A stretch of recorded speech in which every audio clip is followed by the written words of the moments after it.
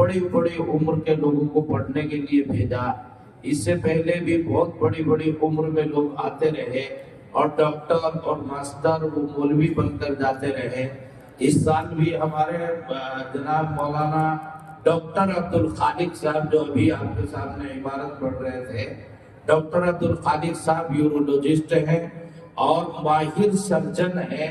तकरीबन 50,000 ऑपरेशन कर चुके हैं।